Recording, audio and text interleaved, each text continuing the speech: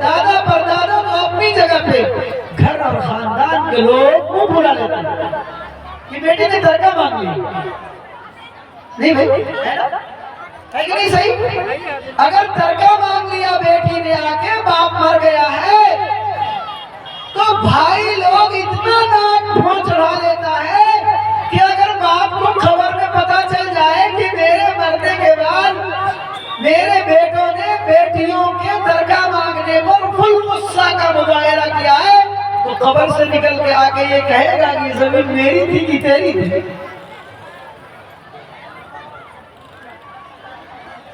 लेकिन ये सुनने को कहां तैयार है भाई? चुपके अबे सर्वे चल रहा है, सारे लोग पुराने कागजात साजे कागज पे बांध से छाप करा के रखे, उसको कागज बनवा के अपने नाम करवा। बहुत सारे लोग, ये बर्निंग पॉइंट है वरासत में, तरके में बेटियों को हिस्सा देने। अगर आप ऐसा करते हैं तो ये कुरान का हुक्म है। सूरत निसा में वरासत के बारे में बड़ी लंबी आयतें आई है, अहकामात आए हैं, और एक लंबी आयत यूसिकुमुल्लाहु फी औलादिकुम लिद्दकरी मिस्लु हज़्ज़िल उन्सयैन, एक लंबी तवील आयत आई। एक एक हिस्से को अल्लाह रब्बुल इज्जत ने बयान फरमाया, उसूल के साथ फुरू जुज़ियात को भी कुरान करीम ने बयान किया। तो नंबर 2, 3 बातें हुई, 3 बातें मैं कह रहा हूँ, बल्कि चौथी बात हो गई। पहली बात थी कि तालीम, जिस स्कूल में यहाँ आज का प्रोग्राम है ये तालीम का कहना। दूसरी बात, नशा से समाज को, मुआशरे को, मोहल्ले को, पंचायत को, अपने खानदान को पाक कीजिए। तीसरी बात, जहेज के मुतालबे से समाज को पाक कीजिए, जहेज के लेन देन को बंद कीजिए, कारोबार बन चुका है। एक मरतबा एक रोड एक्सीडेंट में 2 नौजवान का इंतकाल हो गया, गुज़िश्ता साल ठंडी के जमाने में। बैरगाछी चौक और तुर्कैली के बीच में फजर की नमाज के बाद, शायद आप लोगों को मालूम होगा, ट्रक के 2 चक्के के बीच में वो 2 नौजवान आए और ट्रक खींचता हुआ इस तरह से चला गया कि ट्रक जब आगे नहीं बढ़ सका तो फिर वो अटक गया, 2 नौजवान चले गए। जब वहां पे डीएसपी मुआयना करने के लिए आया दुर्घटना का, तो पहली फुर्सत में उस बंदे ने कहा कि लगता है कि ये जहेज में मोटरसाइकिल मिली है, इसीलिए बेदर्दी के साथ चला रहा था और ये इस तरीके से गाड़ी के अंदर आके घुस गए। आम रिवाज है कि अगर नौजवान बेदर्दी के साथ फुल स्पीड में गाड़ी दाएं बाएं चलाते हुए, एक्सीलेटर दबाते हुए और आवाज भुमभुमाते हुए लेके जा रहा है, तो आम तासुर ये है कि ये दहेज की गाड़ी है, ये शादी की गाड़ी है। भाई क्यों? अरे अगर शादियां की गाड़ी है, तुमने मांग के ही लिया है, दोबारा देने वाले ने तो तुमको दिया, तो हिफाजत तो करो। हिफाजत क्या करेगा? उसको पैसे ही नहीं है पेट्रोल डालने का। इतना खरीद जो दिल्ली कमाता है, ईंट और बोरी और गिट्टी और बालू और सीमेंट और गारे का काम करता है, नई शादी, नई गाड़ी मिली और पेट्रोल दिया, सास ने ससुर ने पैसा दिया, वो सलामी का रुपया दिया, नौती में और दसवीं में और भोज भात खा के उड़ा दिया, मोटरसाइकिल को घर में रख दिया, 6 महीने के बाद दिल्ली से कमा के लाया, खा लिया, गवा दिया, फिर चला लिया, फिर रख दिया, उसके बाद जब दोबारा आके सब खा के पैसा खत्म कर दिया तो मोटरसाइकिल को बेच के दिल्ली चला गया, पेट्रोल का पैसा ही नहीं था। गजब की बात है बाबा। जहेज को बंद कीजिए। बंद करने का माना यह है कि अगर का होने वाला दामाद बगैर किसी मांग और मुतालबे के, बगैर किसी सख्ती और इसरार के आपकी बच्ची से निकाह करता है, या आप अपनी बच्ची का सौंपने वाले बंदे से निकाह करते हैं, कोई मांग मुतालबा इसरार नहीं होता, आप लेकिन चाहते हैं कि हमको अपनी बेटी को कुछ देना चाहिए, बेटी को खुश करना चाहिए, दामाद को खुश करना चाहिए, आप पे कोई दबाव नहीं, आप पे कोई इसरार नहीं, आपसे मांगा नहीं जा रहा, देना चाहते तो जाए, ये बेटी के साथ रहम है, करम है। बेटी के साथ शफकत और प्यार है जो बाप और माँ के दिल में है, इसकी इजाजत है, ये लेना चाहिए। लेकिन आज समाज देता कहाँ है तो लिया जाता है, और ऐसे ही नहीं लिया जाता है। आज तो पैसा कैसे लिया जाता है? डकैत की तरीके से रिवॉल्वर दिखा के। जैसे रोड पे क्राइम करने वाला, मेरी बात को माफ कीजिएगा, जैसे रोड पे 12 बजे रात में क्राइम करने वाला किसी गाड़ी को अटैक करके रिवॉल्वर दिखा के पैसा और मोबाइल और गाड़ी छीनता है ना, उसी तरीके से लड़का वाला लड़की वाले से पैसा कमाता है। 7 लाख 6 लाख रुपए में अगर बात हो गई तो जिस दिन बात तय हुई, मिसाल के तौर पे 6 लाख रुपए बात तय हुई, 2 लाख रुपए बयाना दे दिए। बयाना क्या दिया? क्या दिया? बयाना। बयाना किसका होता है? सामान के खरीदने का बयाना होता है, लेकिन ब्याह का बयाना होता है। कितना पागल है मेरा समाज। 2 लाख रुपया बयाना। उसके बाद फिर 1 हफ्ता 10 दिन के बाद जब कपड़ा की खरीदारी हुई मार्केट में, 2 लाख टका फिर देगा, 4 लाख हो गया, 1 लाख बच गया। अब शादी के करीब 1 हफ्ते बाकी है। अब करीब जाते जाते मुतालबा शुरू हो, जो 2 लाख रुपए बाकी, दीजिए दीजिए दीजिए। शादी के 1 दिन बारात से जाने से पहले 1 रुपए दे, 5 लाख रुपए दे दिया, 1 लाख बाकी। जुट नहीं रहा है, और वहाँ आइटम भी लिखा रखा है खाने का, बारात का, इंतजाम का। देखिए भाई, जग हंसाई मत करिएगा, वीआईपी लोग को लेके आएंगे। तेरे बाप का मुद्दा है, वीआईपी को लेकर के आएगा गधा कहीं का। वीआईपी को अपने घर में लाके खिलाएगा, बेटी वाले के घर में वीआईपी को लेके आता है, कमीना कहीं। बिल्कुल उचट और कमाल है ये। वीआईपी को लेके आएगा, दूसरे के दस्तरखान में भात खिलाने। पागल कहीं क्या? अरे यार, तू अपने घर में नहीं वीआईपी करना, कितना बड़ा तुम वीआईपी है यार।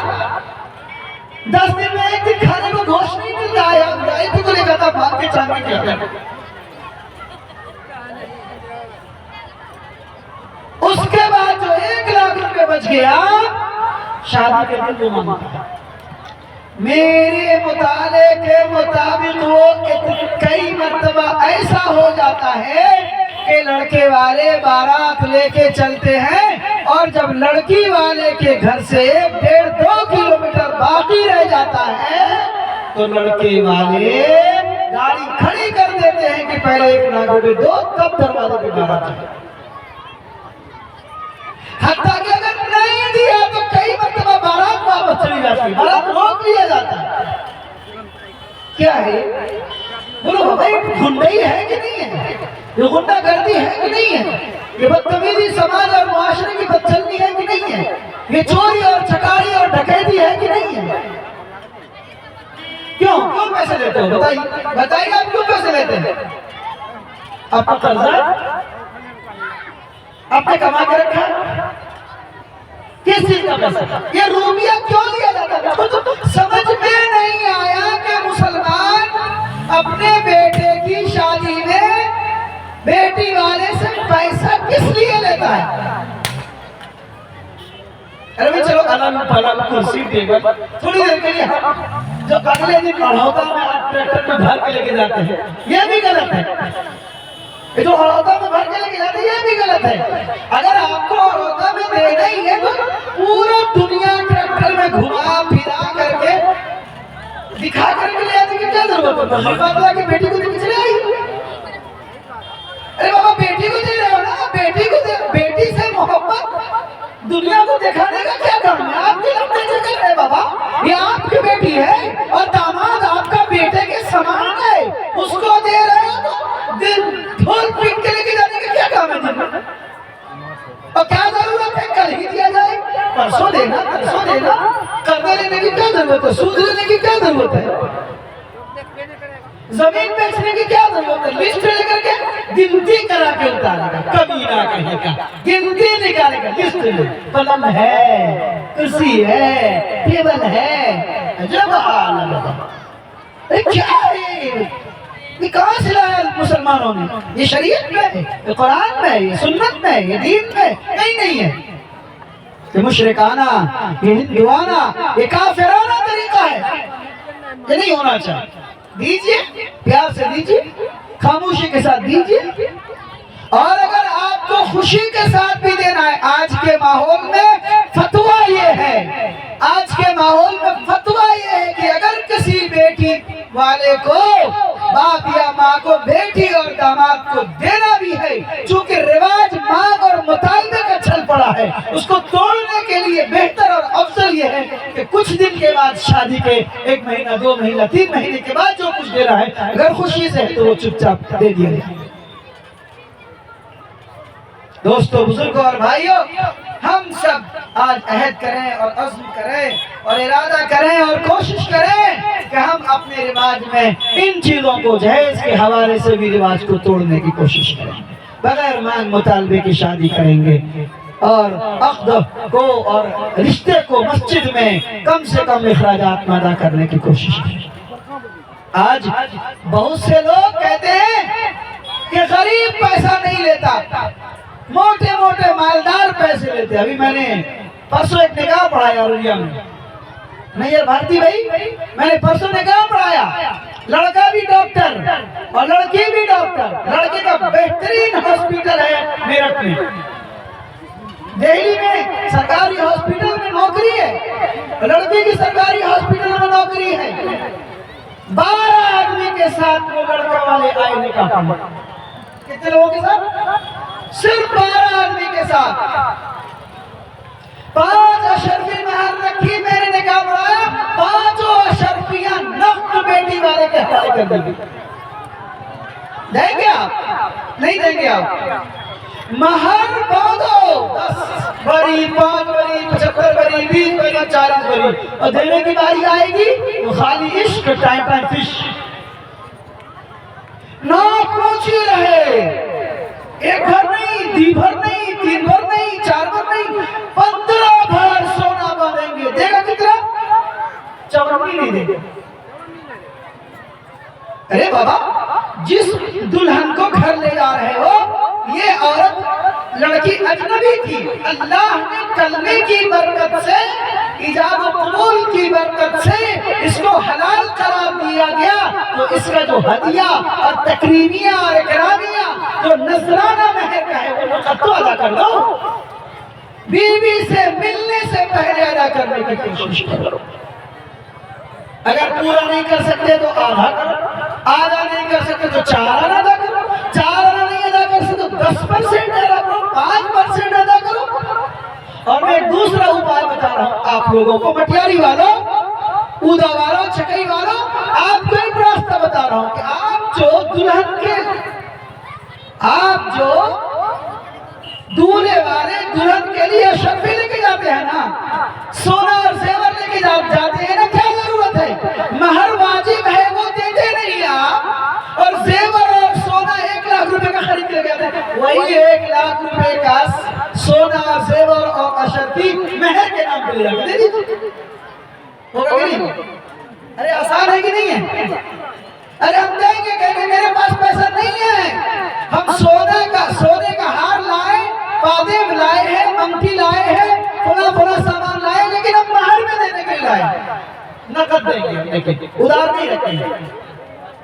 तो महर कम बांधो, नकद अदा करने की कोशिश करो। ये 4 बातें होगी: तालीम, नशा, जहेज, हक़ विरासत की अदायगी।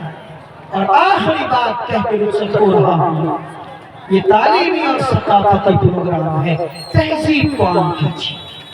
आप मुसलमान हैं, हम मुसलमान हैं, हम कुरान वाले हैं, हम नबी वाले हैं, हम सुन्नत वाले हैं, हम सहाबा, इसार और कुर्बानी का जज्बा आपस में पैदा करते हैं। लड़िए मत।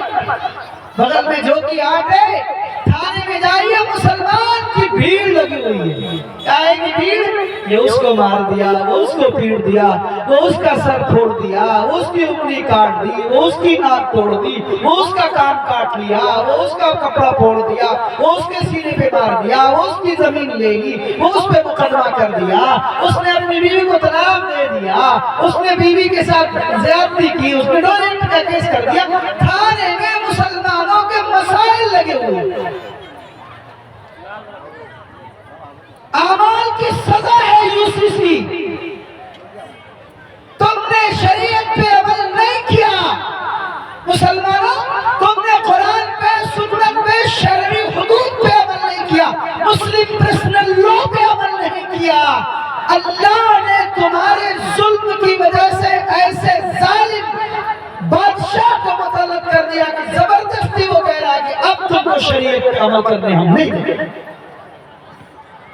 आजादी थी तो तुमने आजादी का फायदा नहीं उठाया, इसलिए अब पाबंदी।